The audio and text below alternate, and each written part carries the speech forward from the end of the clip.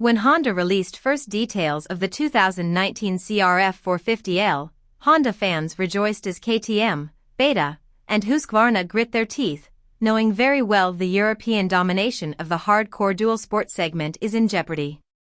A glance down the spec sheet and all looked great for Honda and worrisome for the big three.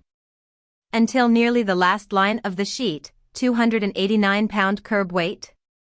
Insert record scratch here. Fanboys held their heads and detractors high-fived. How can a combatant for the DS throne weigh in 25 to 30 pounds more than its competition? Online arguments exploded and trolls threw that number around with reckless abandon. All of the speculation and bickering can be put to rest. The CRF450L is a contender, 289 pounds or not. Built on the bones of Honda's CRF450R motocrosser, the CRF450L branches the farthest off the family tree via the CRF450RX and most closely the CRF450X.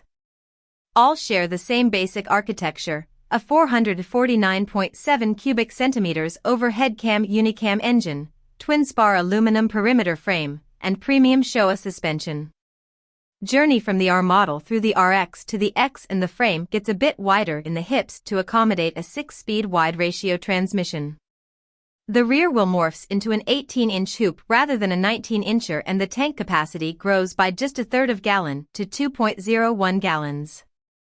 Suspension spring rates and damping settings are tailored for off-road usage.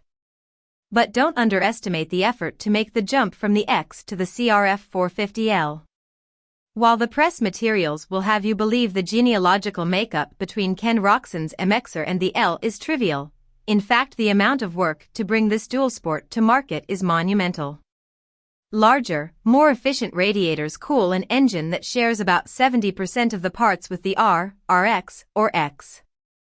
A 3-ring piston and 12.0 to 1 compression ratio brings street reliability to the CRF450L, while various methods have been employed to tame the decibels emanating from every area on the bike.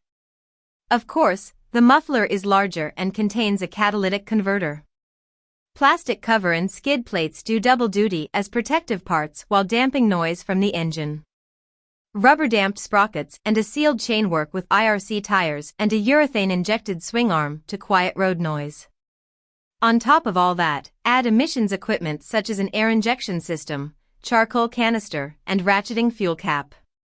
With a final dose of street-focused LED lighting, turn signals, mirrors, license plate bracket, and reflectors along with a longer subframe reaching to the rear of the fender for support of enduro travel bags, you now can see it's a marvel Honda kept the CRF4